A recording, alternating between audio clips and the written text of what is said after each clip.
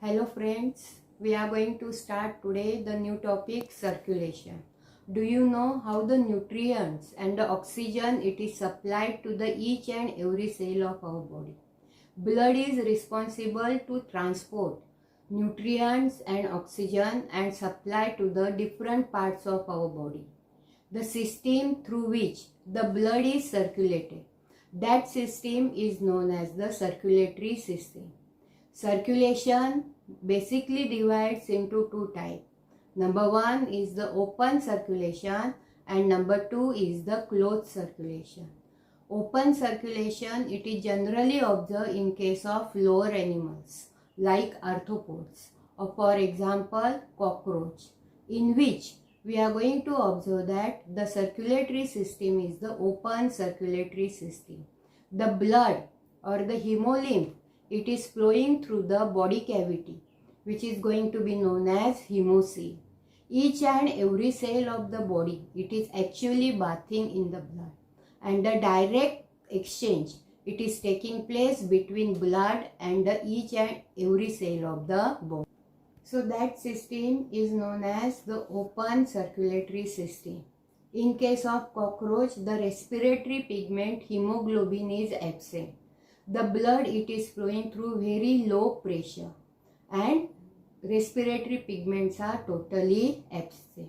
So only the nutrients are supplied to the different parts of the body.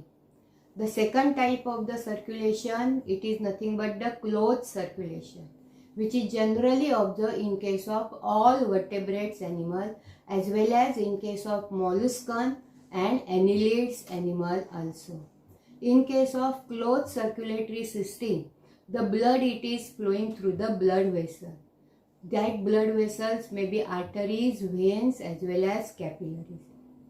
So that system it is known as closed circulatory system. In which we are going to observe that the blood it is flowing through very high pressure and the respiratory pigment hemoglobin is present, which help for the exchange of gases. The closed circulatory system was first discovered by the scientist William Harvey in 1668. So this closed circulatory system, it is basically divides into two types. That is single circulation as well as double circulation. The single circulation it is observed in case of vertebrates like fishes, in which the heart it is two chamber. Single auricle and single ventricle is present. So from heart, the blood, deoxygenated blood, it is flowing through the gills where it get oxygenated, and from gill itself, the oxygenated blood it is supplied to the different parts of the body. So just once or just single, the blood it is transported through the heart. So that type of the circulation it is known as single circulation. And as the deoxygenated blood it is passing through the heart in case of fishes it is also going to be known as venous heart. The second type of the circulation is the double circulation. So that double circulation it is observed in case of all the rest vertebrates. That is from amphibians, reptiles, birds as well as mammals, in which we are going to observe that the deoxygenated blood from the different parts of the body it is entering inside the heart. From heart, that deoxygenated blood goes to the lungs where it get oxygenated. From lungs, again oxygenated blood is returned back to the heart, and from heart it is supplied to the different parts of the body. So that circulation it is known as double circulation. So double circulation it is nothing but that twice the blood it is circulated through the heart. When the deoxygenated blood from the heart going to the lungs for the oxygenation and again return back from the lungs to the heart, that circulation it is known as pulmonary circulation. Whereas the systemic circulation is the circulation in which the venous blood or the deoxygenated blood from the different parts of the body it is returning to the heart, and from heart The oxygenated blood, it is supplied to the different parts of the body.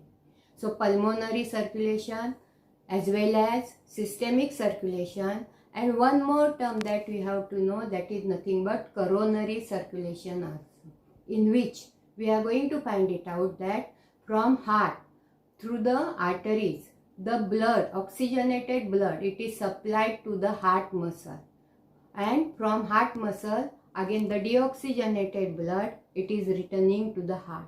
So that circulation, it is known as coronary circulation. So that means, in short, you have to know about what is the meaning of single circulation, what is the meaning of double circulation, as well as systemic circulation, pulmonary circulation, and coronary. So in circulatory system, in short, we are going to study about the blood composition first. So the branch of biology which deals with the study of blood, it is known as hematology. The blood we are going to get, it is a fluid connective tissue or the liquid connective tissue. It is mesodermal in origin. The color of the blood is dark red. The pH of the blood, it is slightly alkaline, that is 7.4. It is viscous in nature. It is slightly salty and heavier than water. Approximately 5 to 6 liters of the blood, it is present in case of adult person.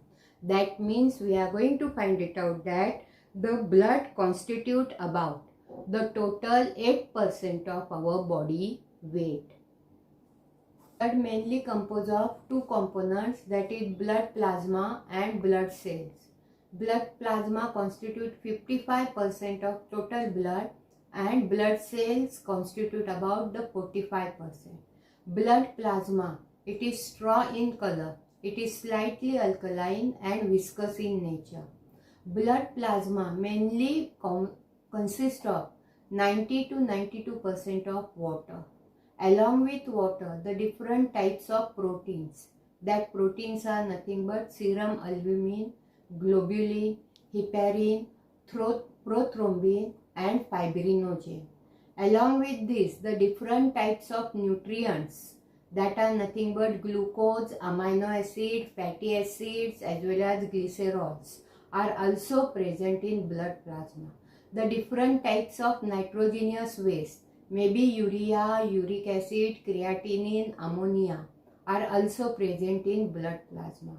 Along with this, the respiratory gases, oxygen, carbon dioxide, nitrogen, are also present in blood plasma.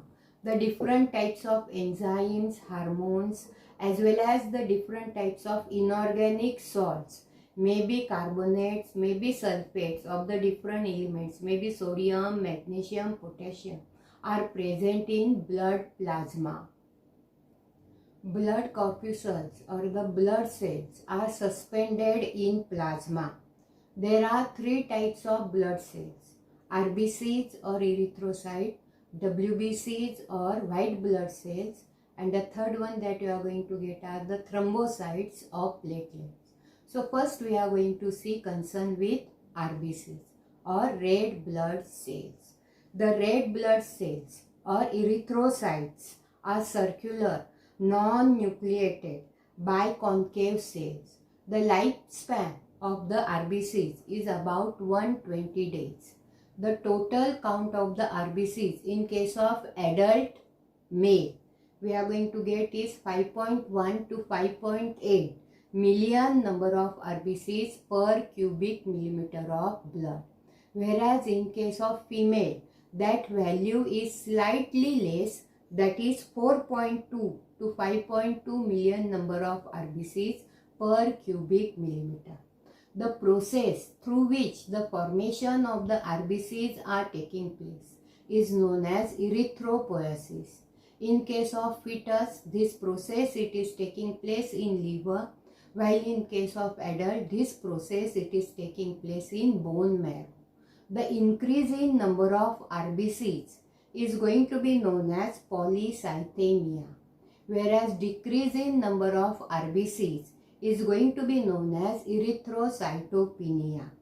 The cytoplasm of RBCs mainly contains the respiratory pigment, that is nothing but hemoglobin.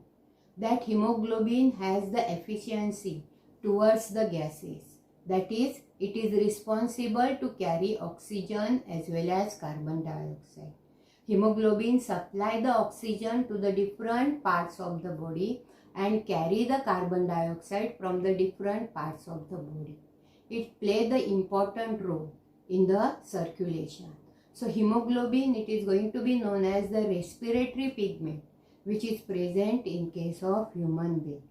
The normal value of the hemoglobin in case of adult male is about 13.5 to 18.5, whereas in case of adult female, we are going to find it out, it is about 11.5 to 6.5 gram per 100 ml of blood.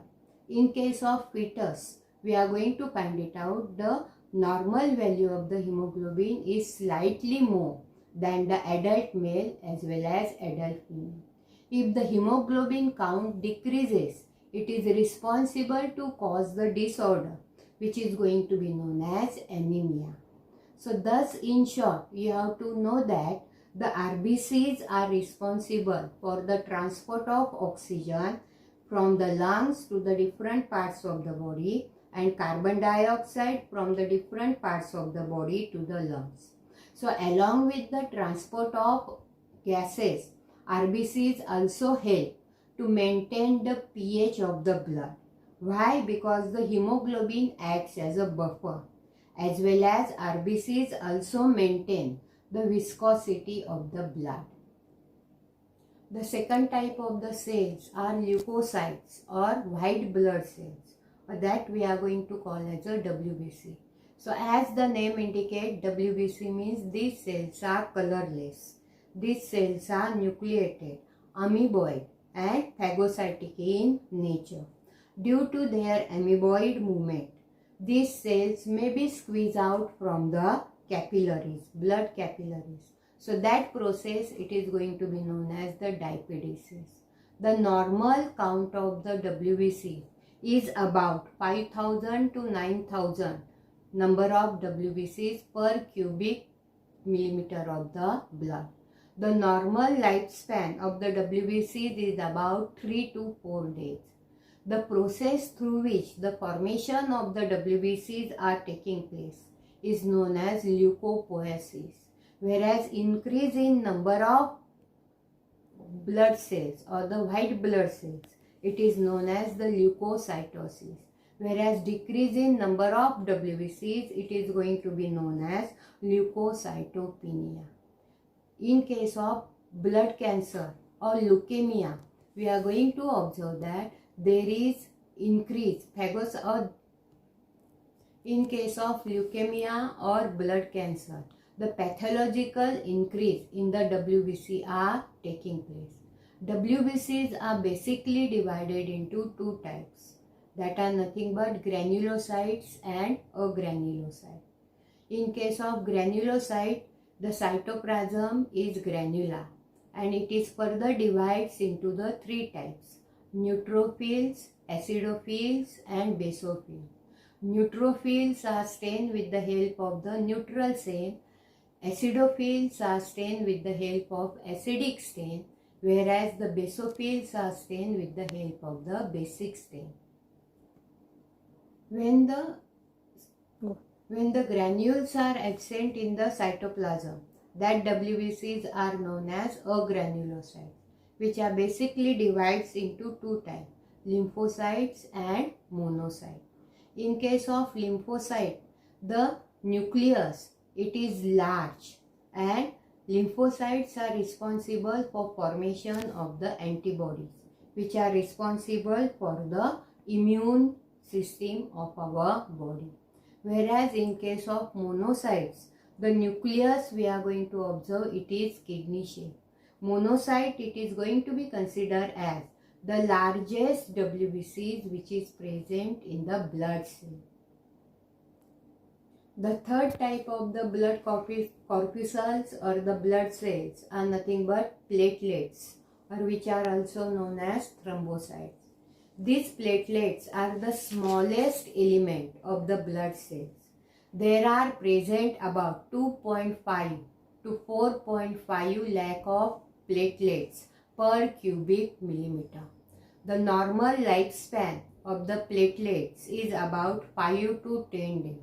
The process of formation of the platelets, it is going to be known as the thrombopoiesis.